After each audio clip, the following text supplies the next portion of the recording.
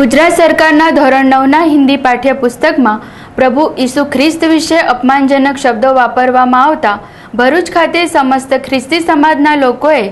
જિલ્લા સમાહર્તાને આવેદનપત્ર આપી રજૂઆત કરી હતી। ગુજરાત રાજ્યના શાળા પાઠ્યપુસ્તક મંડળ ગાંધીનગર દ્વારા હિન્દી ધોરણ 9ના પાઠ્યપુસ્તકના પાઠ નંબર 16 भारतीय संस्कृति में गुरु शिष्य संबंधना पाना नंबर 70 पर बीजा फकरामां ईसानी आगळ हेवान जेवा भयंकर अपमानित शब्दनो उपयोग करवामां आवता समस्त ख्रिस्ती समाजनी लागणी दुभाई छे। आज रोज भरूच समस्त ख्रिस्ती समाजना लोकोए मोटी संख्यामां भेगा थई जिल्ला समाहर्ताने आवेदनपत्र आपी प्रकाशित थयेला पाठ्यपुस्तको रद्द करवामां आवे તેમજ આ પાઠ્યપુસ્તકમાંનો પાઠ નંબર 16 રદ કરવામાં આવે અને પ્રભુ ઈસુ ખ્રિસ્તને ભયંકર રીતે અપમાનિત કરતું અને બાઇબલ વાક્યને તદ્દન ખોટી રીતે રજૂઆત કરતું આ વાક્ય રદ કરવામાં આવે તેવી માંગ આવેદનપત્રમાં ઉચ્ચારવામાં આવી હતી। મોટી સંખ્યામાં ભેગા થયેલા સમસ્ત ખ્રિસ્તી સમાજ ભરૂચના આગેવાનો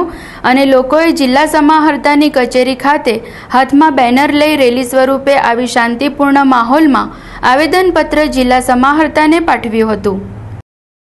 परशुराम प्रेमी सलाम। आज अमे कलेक्टर साहब ने ऑफिस आव्या छे अने जे हिंदी पुस्तक छे एमां प्रभु ख्रिस्त माटे हेवन शब्द वापरवामां आव्यो छे अने एना घणे अमने घणुं बधुं दुख थयुं छे अने अमारी एक ज मागणी करवा माटे आव्या छे के ईसु ख्रिस्तनी आगळथी ए हेवन शब्द दूर करवामां आवे, એ પુસ્તકને રદ કરવામાં આવે, નવું પુસ્તક છાપવામાં આવે અને પ્રભુ ખ્રિસ્તને પ્રભુ તરીકે ભગવાન તરીકે રજૂ કરવામાં આવે એ અમારી માગણી છે અને એટલા માટે આવેદનપત્ર કલેક્ટરને આપીએ અને આખા ભારત સરકારને ગુજરાત સરકારને સુધી પહોંચાડે અને તાત્કાલિક એ પુસ્તક પાછું ખેંચવામાં આવે એવી વિનંતી કરીએ છીએ। सभी नागरिकों और यहाँ के कलेक्टर साहब को हम ये कहना चाहते हैं, जो घटना हमारे 9th क्लास में हुई है और आने वाली पीढ़ी ये देखते हुए कैसे उसे पढ़ें और कैसे